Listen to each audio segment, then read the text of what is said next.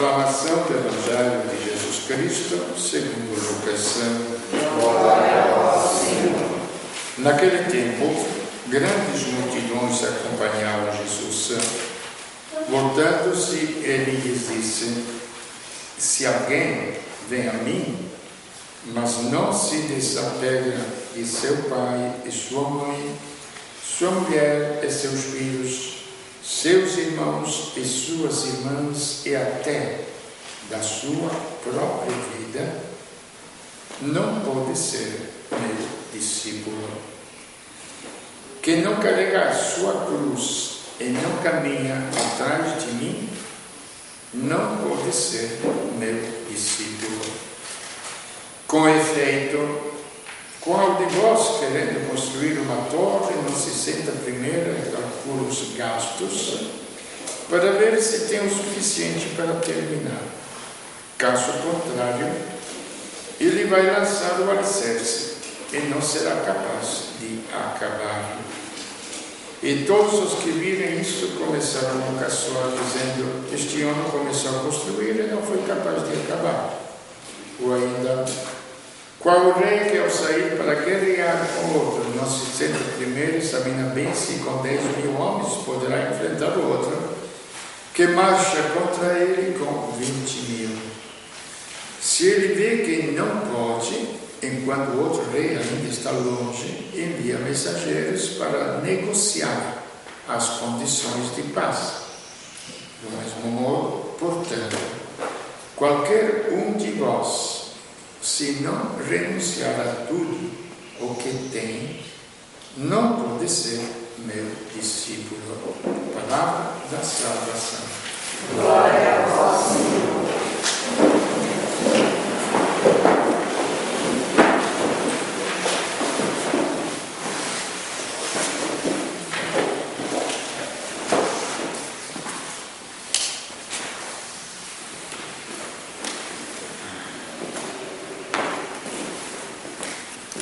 Vocês viram, seguir a Cristo, renunciar a tudo.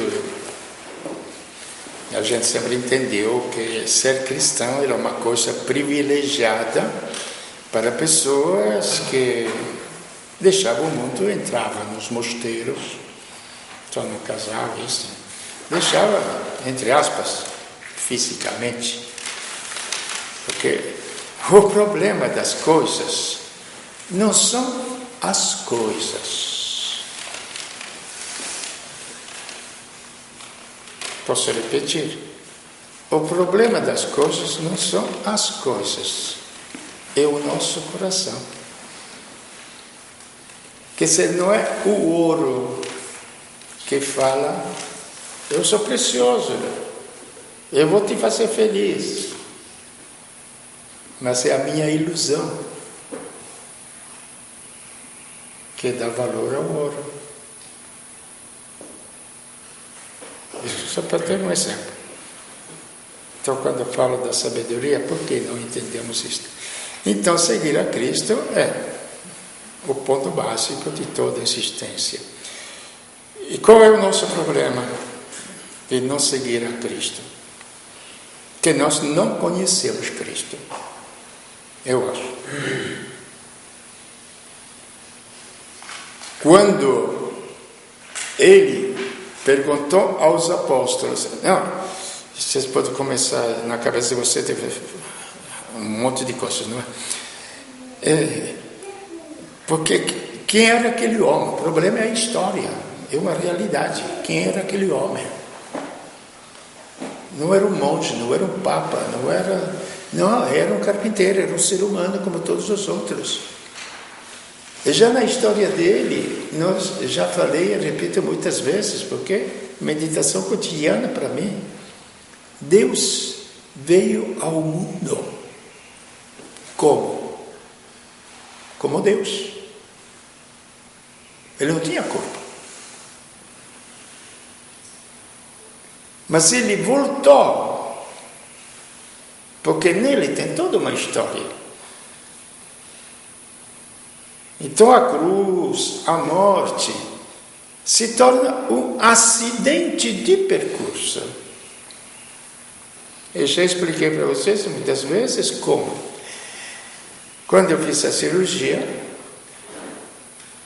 o que foi? Cortar os ossos do peito, abrir o coração, cortar o fígado, o que foi? Acidente de percurso. A finalidade do médico qual era? A minha vida. Então veja que a gente tem medo da dor, lógico que tem medo, assusta, mas temos que entendê-la, se tem algo maior atrás da dor, atrás da pobreza, atrás da escolha de certos valores, isso que nós devemos entender. Então, para entender isso, nós temos que conhecer quem é este carpinteiro. Porque, como disse para vocês, nele existe uma história. A história mais linda que existe sobre a face da terra, lógico. É a história de Deus feito homem. Então, ele veio como Deus veio. Voltou para a sua casa. Como homem.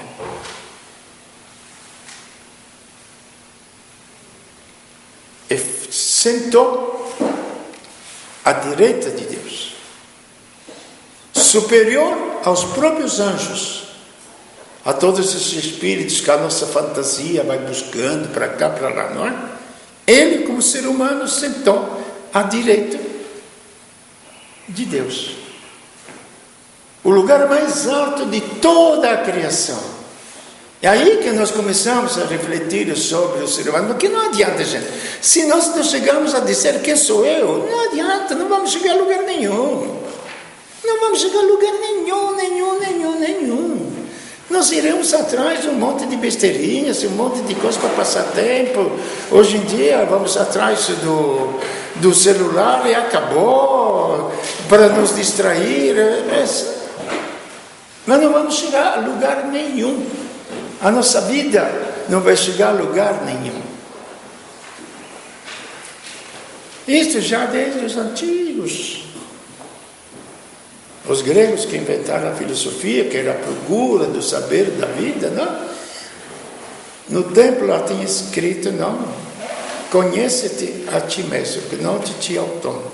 Conheça-te a ti mesmo. Então você começa a se perguntar, etc, quem sou eu, isto e aquilo, pois todas as fases, etc. Bom, em Cristo que nós temos a resposta do ser humano. Quem sou eu?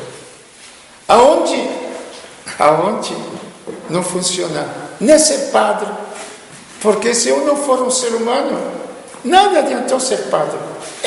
Não adianta nem fazer milagres, que se eu não me realizar como ser humano, posso ter feito milagres para os outros, mas eu fico uma bela porcaria do mesmo jeito. Não adianta nem ficar rei, famoso, porque depois, quando eu for sozinho para a minha cama dormir, eu vou ficar só comigo mesmo e nada mais. Posso ter também toda a saúde do mundo,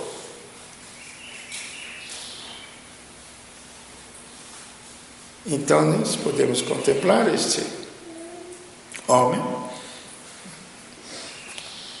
que é a história humana, que depois vai no comecinho da criação. Quando Deus falou, façamos o homem a nossa imagem e semelhança. Aqui entra a fé, gente. Se nós quisermos, no mundo de hoje, criar o homem biônico, livre de fazê-lo. Vai criar o teu homem. Já nos outros tempos foi criado, foi feito isso, não tem como. Entendeu? Então aqui nós lemos São Paulo que nos fala quem é Cristo. Para os apóstolos era um homem que, como disse para vocês, quem nos revela quem é Cristo e também no coração da gente é o próprio Deus. Ele perguntou aos apóstolos: quem disse que sou eu? Parece até uma vaidade de Jesus, não é? Nunca meditaram. Ele pergunta: quem disse que eu sou? Uns dizem que você é um profeta, outros dizem que você é isto, que é aquilo, que é Jeremias. Mas vocês que estão vivendo comigo, vocês que vivem comigo, que comem comigo, que assistem todas as coisas que eu faço, quem dizem vocês que sou? Todo mundo ficou calado. Só Pedro que respondeu: tu és o Cristo de Deus, o ungido de Deus, o Filho de Deus. Tu és o próprio Deus. Feliz és tu, Pedro, porque não foi nem a carne nem o sangue. A carne e o sangue, eu acho que não é problema de corpo, não, porque não foi a sabedoria humana, nem a filosofia que te explicou quem sou eu, mas foi o meu Pai que está no céu. Então pedir a Deus o grande milagre, que nos faça conhecer Cristo, porque conhecendo a Cristo, nós conheceremos a nós mesmos e saberemos o porquê da nossa vida. Porque se nós olharmos a vida de Cristo, foi o mais desprezado, o mais humilhado. Não fique olhando com compaixão simplesmente, porque a gente geralmente fica lá olhando, se compadecendo, chorando, não é?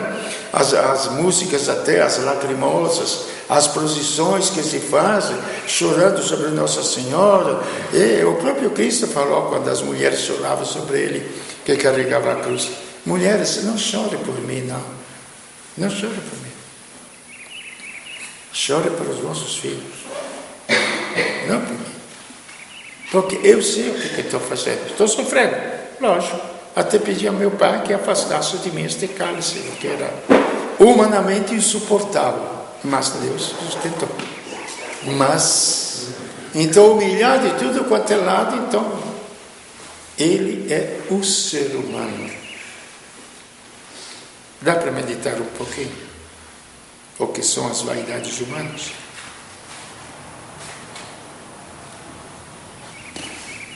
Ele era o ser humano lá. Como ele será depois vencido a morte, o ser humano ao lado de Deus. Esta é a história do ser humano. Se quisermos criar outra história, livres para fazê-lo, com todas as suas consequências, porém. Esta é uma história que tem suas consequências, porque em Cristo tem uma lógica, como falei para vocês. A lógica da vida, de triturado, moído, rejeitado pelo próprio sistema religioso. Porque às vezes nós criamos um sistema religioso, sim, muito criamos. Um sistema feito de coisas exteriores, até de hábitos, de coisas, de cerimônias religiosas, achamos que aquilo é o máximo. Que de religioso muitas vezes não tem nada, só tem de fantasia. Não tem nada contra, mas também fantasia. Religioso é quando acontece que no ser humano, os inimigos do ser humano são vencidos. Isto é religioso. É muito prático, muito real. E quem é o inimigo do ser humano? A doença que levamos dentro, cada um de nós, que se chama pecado. Não são os pecadinhos que nós confessamos. Aqueles são efeitos visíveis. O pecado. Fez que Jesus perguntou: quem de vocês estiver sem pecado, lança a primeira pedra. Por quê? Um dia desses, falando lá, é porque não é dos homens que a gente quer discutir, não é somente aqui na igreja, não. Conversando, pessoas Falei, todos somos pecadores. Eu não. Uma pessoa estava conversando. Eu não fiz pecado nenhum. Aí perguntei para ele, escuta, mas você não vai morrer? Vou, como todos os outros. Não é? E qual é a doença que leva à morte? Não é o pecado? Não é o pecado? Se não tivesse entrado o pecado no mundo, não haveria morte no mundo. Então todos somos pecadores. Mesmo que não cometamos nenhum erro.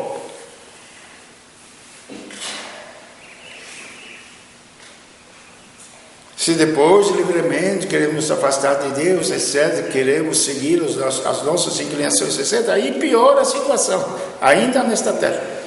Aí piora mesmo. Mas a realidade é esta: o pecado é uma coisa feia, destruidora do ser humano. Primeiro, destrói fisicamente. E em Cristo nós podemos compreender isto, que Ele assumiu os nossos pecados. E visivelmente nós percebemos tudo que a humanidade sofre por causa das violências, etc. E intimamente sofremos nós, por causa do pecado. E ele assumiu tudo: rejeição, cuspe na cara, e flagelação, condenação injusta, e aí por diante, tudo. No fim, a própria morte. No fim, a solidão mais absurda, louca do mundo. Para ele gritar, meu Deus, por que me abandonaste? A solidão dele devia ser tão grande do tamanho do universo. Isso é história. Por isso que São Paulo fala, ele é a imagem que é Cristo, na carta aos Colossenses, nós falamos domingo passado. Ele é a imagem do Deus invisível, é o primogênito de toda criatura. Então, não está no Evangelho, estou seguindo aqui para a apresentação disso, porque acho que o problema sério na igreja de hoje é ser cristãos. Da boca para fora todo mundo fala que é cristão, mas conhecer a Cristo é outra coisa, diferente. Então, se ele é a imagem visível, já vimos como todas as imagens de Deus, que é onde vem toda a história dos crentes que não podem ter as imagens. Veja que são histórias reais, porque Deus proíbe de fazer imagem. Lógico, numa época em que Deus ainda não tinha feito homem, não tinha uma imagem. E tem razão. Os hebreus, se construíssem alguma imagem, eles davam valor àquela imagem como se fosse o próprio Deus, que seria a famosa idolatria. Você vai pedir aos deuses. Então não podia. Com a vinda de Cristo, veja como é que é a história. Ele é visível.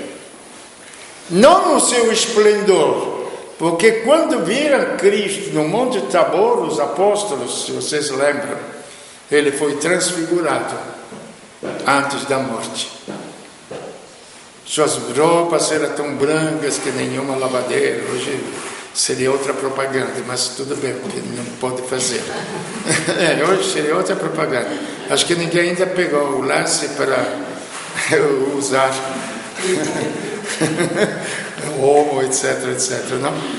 Então, era mais branco que nenhuma lavadeira conseguia lavar. E naquela época era só lavadeira que prestava. Entende? E aí, por diante resplandecente, ele falou: é bom estarmos aqui. Senhor, eles viram então a glória de Cristo.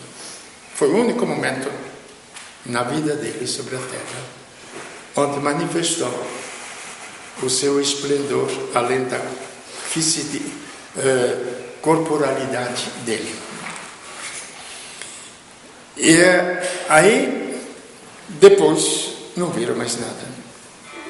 E crer que aquele homem fosse o Filho de Deus não era tão simples.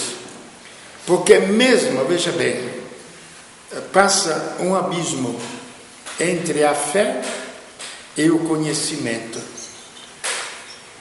Os sacerdotes conheciam todas as Escrituras, os sumos sacerdotes, os escribas, mas não acreditavam que ele fosse o homem do qual se falava nas Escrituras. Então Deus se fez visível, mas de uma forma que nós que procuramos se conhecer a Deus de uma maneira extraordinária, por isso que eu estou falando do Monte Tabor, porque a gente imagina coisas de Deus. Domingo passado já falei que fizeram a Deus usar olho, porque faz o triângulo com um olho só, não é? Pode ver lá na igreja, na matriz de Caçapava, não é? Tem um triângulo com um olho só. Deus virou usar olho. Entendeu? Ele não tem corpo. Como é que é possível usar olho? Ou faz um velho poderoso que está criando o mundo. Deus não tem corpo. Mas em Cristo, Deus tem um corpo. Deus tem um corpo. Deus se fez visível. Visível. E se ele se fez visível, aqui vem a parte prática daquilo que nós podemos fazer, a oração. Então, quando olhamos para a cruz, ou meditamos a vida dele, por isso que nós começamos, nós estamos pensando em Deus. Aquele canto, estou pensando em Deus, estou pensando no amor, você não está pensando em nada. Que você não pode pensar. Mas em Cristo, você pode pensar. Gente, os grandes santos que tiveram os conhecimentos, tipo Beata Ângela de Foligno, tipo Santa Teresa d'Ávila, o conhecimento deles para chegar a Deus, porque nós nos afastamos da fonte da vida, que é o próprio Deus, através da nossa inteligência, da nossa fantasia, dos nossos sentidos, dos nossos afetos, nós nos afastamos de Deus. E esses são caminhos que nos levam a Deus. Não são o máximo o próprio Deus, mas são caminhos que nos levam a Deus. Então, se Deus é a finalidade única, não digo última, única da nossa vida, fizeste-nos para vós, ó Deus. E o nosso coração estará inquieto, até que não repousar em vós.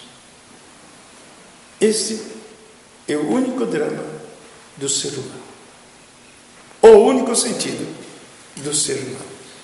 Que eu traduzo em forma mais simples. Quando vocês perguntarem a alguém, e ele responder que não quer ser feliz, vocês terão encontrado uma pessoa que não foi criada por Deus. O cachorro não vai dizer para vocês que quer ser feliz, não é? Gente, é muito real a vida. É muito real. É muito prática. Não tem como fugir, não tem como criar ilusões.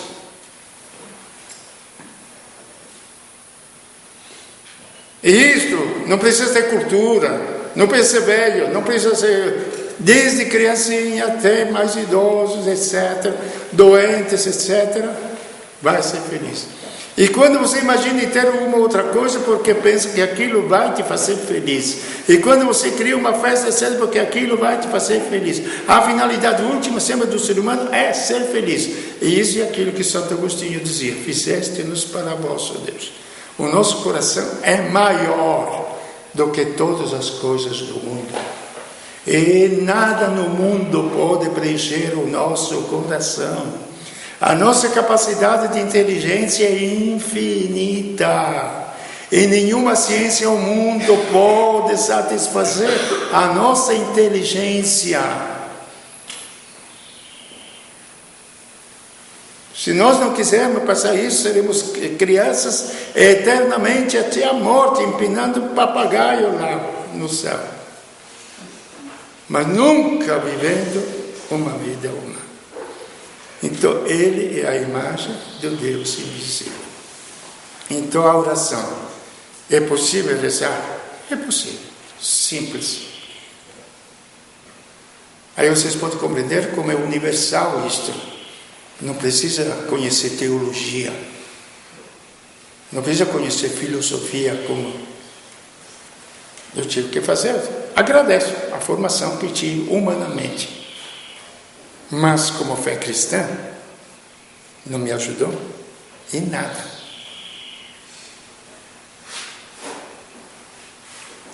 O que me ajudou a encontrar a fé cristã foi a própria vida comum a todos os seres humanos.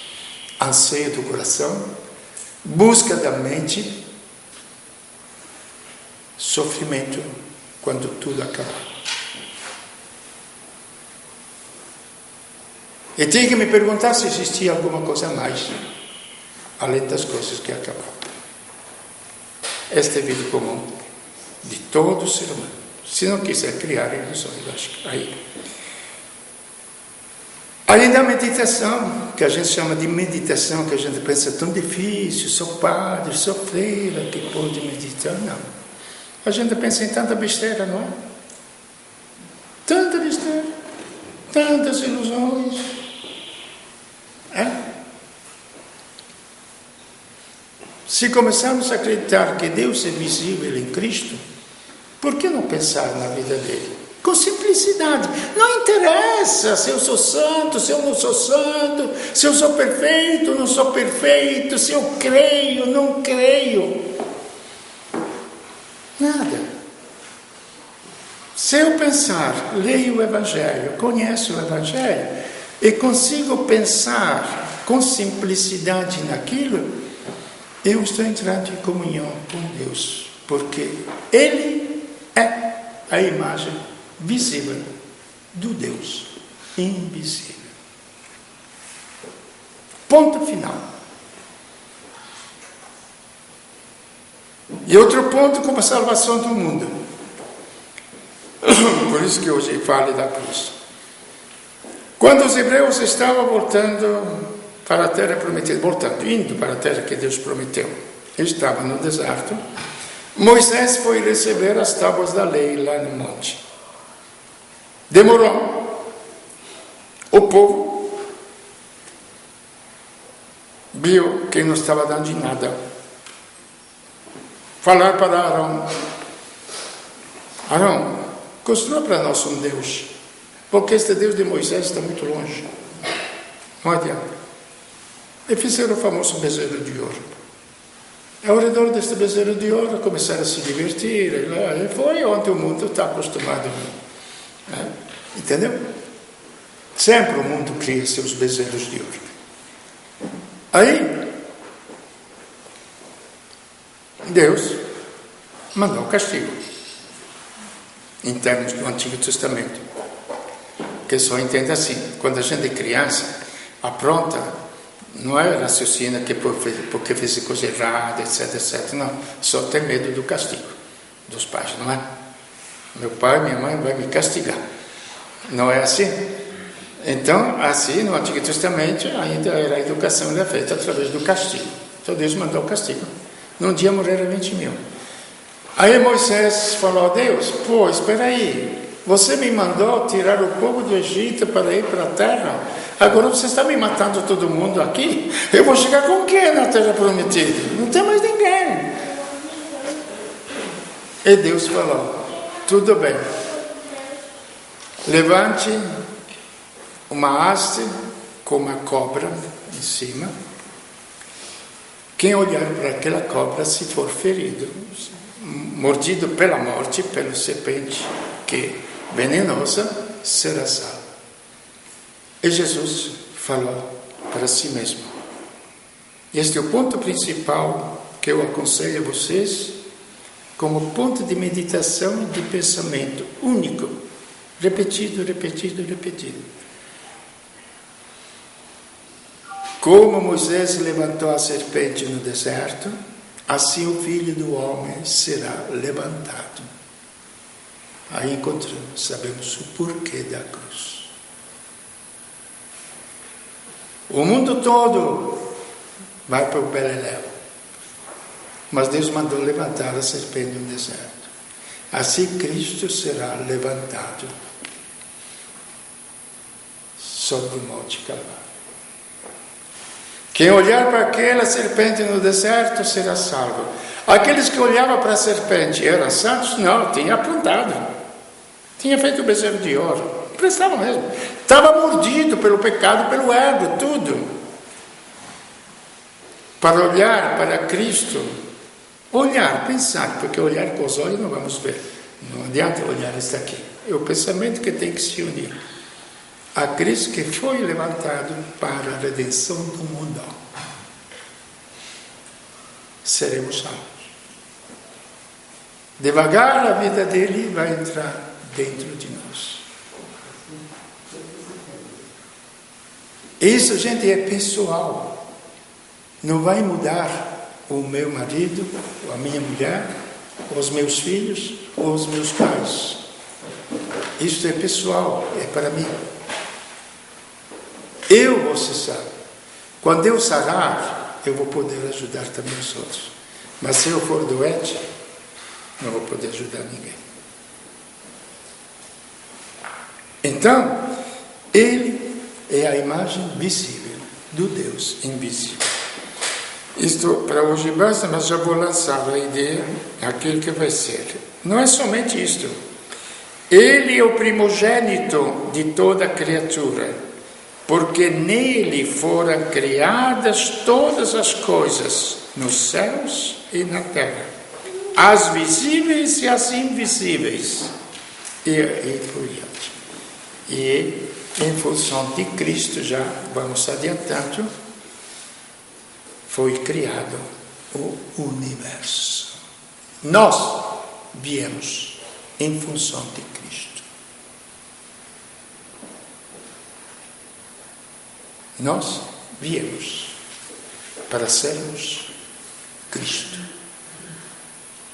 Ele veio de Deus como Deus, voltou para Deus como homem. Nós viemos na terra do nada, não éramos Deus, então não tínhamos existência. Adianta a reencarnação, loucura mental, e explicação tão estúpida, estapafúrdia. Nós viemos do nada, gerados. Nisto a ciência nos ajuda. Mas voltamos com Cristo para Deus como seres humanos.